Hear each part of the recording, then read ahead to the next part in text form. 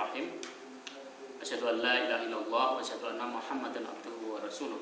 Allahumma shalli ala Muhammadin wa ala alihi wa ashabihi ajmain. Amma ba'du. Ittaqullah haqqa tuqatih wa la tamutunna illa wa antum muslimun.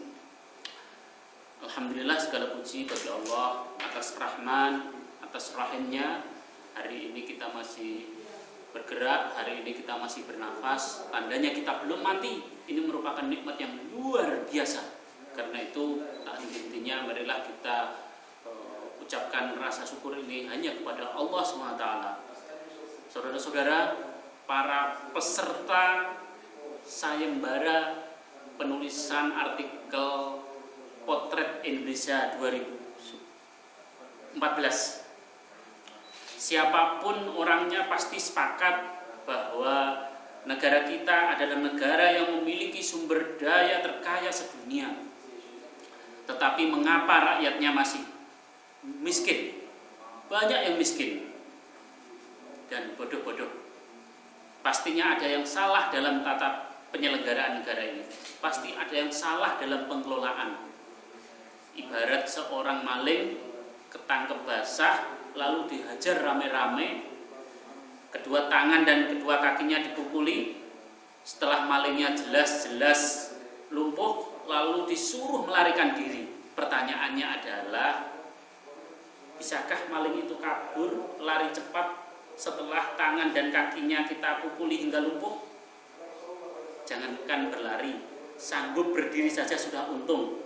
Nah, kelakuan kita pada maling sifatnya basa-basi yang sesungguhnya dimaksudkan untuk mengejek.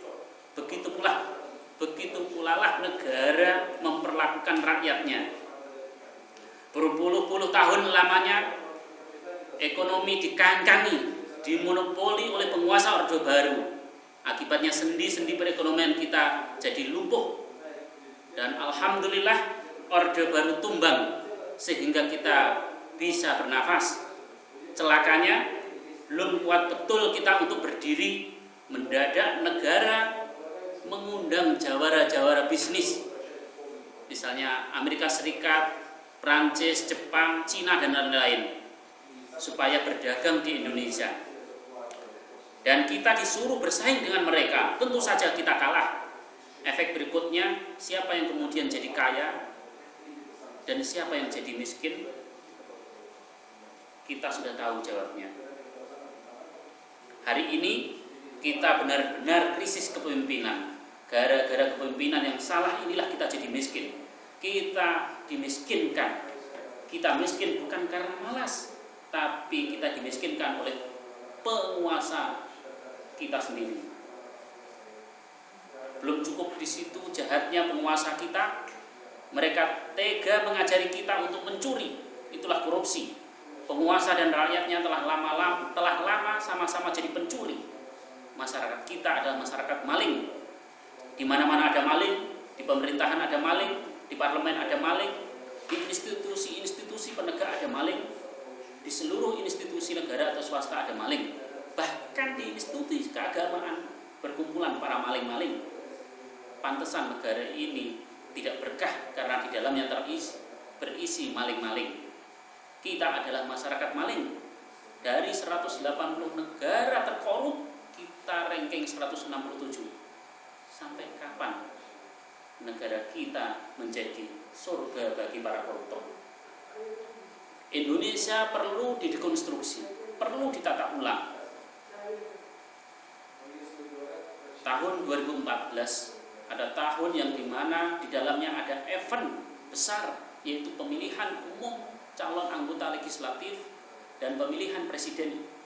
Setidak-tidaknya dengan event itu bisa dimaknai sebagai momentum mendekonstruksi Indonesia. Kita butuh orang-orang yang kredibel untuk membenahi Indonesia. Kita butuh undang-undang yang pro dan kemakmuran rakyat. Kita butuh presiden yang benar. Dan untuk melakukan itu semua tidak bisa tidak, kita mesti terlebih dahulu memetakan apa yang sesungguhnya terjadi di negara kita. Ini merupakan syarat sebuah dekonstruksi, adalah pemetaan masalah secara benar. Dan dalam upaya menghadirkan fakta-fakta keindonesiaan hari ini, supaya arah dekonstruksi nantinya sesuai arah yang tepat, maka pimpinan cabang istimewa Muhammadiyah Rusia sengaja menyelenggarakan sayembara penulisan ilmiah dengan tema Potret Indonesia 2014. Penyelenggaraan sayembara ini kami maksudkan untuk mendapatkan masukan-masukan yang benar tentang Indonesia, ditinjau dari berbagai aspek, ditinjau dari berbagai sisi, politik, budaya, pendidikan, agama, seni, teknologi, filsafat, hukum, dan lain-lain, yang dengan itu adalah modal baik bagi dekonstruksi Indonesia ke depan. Dan alhamdulillah di luar dugaan kami, ternyata sayembara ini diikuti oleh segenap lapisan masyarakat Indonesia dari seluruh provinsi dan masyarakat Indonesia yang tersebar ke berbagai dunia. Apa artinya fenomena ini? Antusiasme masyarakat yang ikhlas berbondong-bondong mendaftarkan dirinya dalam perhelatan yang kami selenggarakan. Fenomena ini mestinya kita maknai bahwa mereka adalah orang-orang yang rindu perubahan. Mereka adalah orang-orang yang cinta Indonesia. Subhanallah, di tengah-tengah Indonesia yang sedang sakit, ternyata masih banyak lapisan masyarakat kita yang nalarnya waras, otaknya cerdas, hatinya ikhlas, penuh kecintaan pada Indonesia. Terbukti dari naskah yang telah kami nilai, umumnya tulisan mereka bagus-bagus dalam memetakan masalah dan kecemerlangan gagasan dalam memberikan solusi. Tentu saja mereka semua adalah sang juara. Tidak ada yang kalah dalam adu sayembara ini. Sekali lagi, tidak ada yang kalah dalam adu sayembara ini. Semua yang telah berpartisipasi dalam sayembara penulisan ini, insya Allah tergolong para perindu dan pecinta perubahan Indonesia ke arah yang lebih baik. Insya Allah para peserta sayembara ini tergolong mujahid, tergolong pejuang. Di dalam Al-Quran surat At-Taubah ayat 9 Allah berfirman, A'udzubillahi minasyaitonirrajim, bismillahirrahmanirrahim. Wa ma kana mu'minuna liyamfiruna kaffah falaula nafar min kulli firqah minhum ta'ifatun liyatafaqqahu fid-din wa liyunfiru qaumahum idza raja'u ilaihim. Dan tidak sepatutnya orang-orang mukmin itu pergi untuk berperang semua. Mengapa sebagian dari di antara mereka tidak pergi untuk mendalami pengetahuan agama, untuk memberi peringatan kepada kaum apabila mereka telah kembali?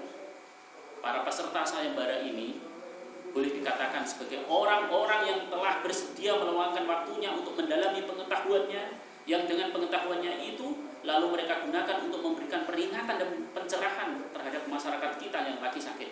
Sungguh, sikap yang demikian itu adalah perbuatan mulia di sisi Allah. Roda dakwah itu berputar. Ada yang posisi di atas, di tengah, di bawah. Semua posisi itu tidak penting. Yang terpenting adalah apakah kita masih berada dalam lingkaran dakwah. Begitupun dengan peserta sayembara ini. Peringkat satu ataupun peringkat paling buncit sekalipun tidak penting. Yang terpenting adalah apakah kita masuk dalam lingkaran para perindu, pecinta dan pejuang berubah ke arah Indonesia yang lebih baik. Itu artinya peringkat berapapun yang saudara peroleh, asal masih dalam lingkaran pecinta dan pejuang perubahan, maka kalian semua adalah tinggi derajatnya di sisi Allah. Karena itu jangan pernah kecil hati, jangan pernah bersedih hati jika hari ini yang mendapatkan tiket pergi pulang Jakarta Moskow cukup hanya untuk satu orang. Perjuangan belum berakhir sampai di sini. Sekali lagi, perjuangan belum berakhir sampai di sini. Dan memang tidak boleh berhenti sampai di sini. Selama Indonesia belum terbebas dari para koruptor, selama itu pula tugas kita belum selesai. Begitupun dengan program-program PJIM Rusia. Insya Allah tidak akan berhenti hanya pada event sayembara. Naskah-naskah yang telah masuk akan kami seleksi lagi menjadi 100 naskah terbaik. Ke 100 naskah itu insya Allah akan kami terbitkan dalam bentuk buku dengan judul Potret Indonesia di 2014. Doakan kami agar proyek tersebut dikabulkan Allah. Terima kasih atas segala partisipasinya segenap pengurus PJIM Rusia. Mohon maaf jika selama penyelenggaraan ada sesuatu yang kurang berkenan. Nun wal qulami wa maskurun. Assalamualaikum warahmatullahi wabarakatuh.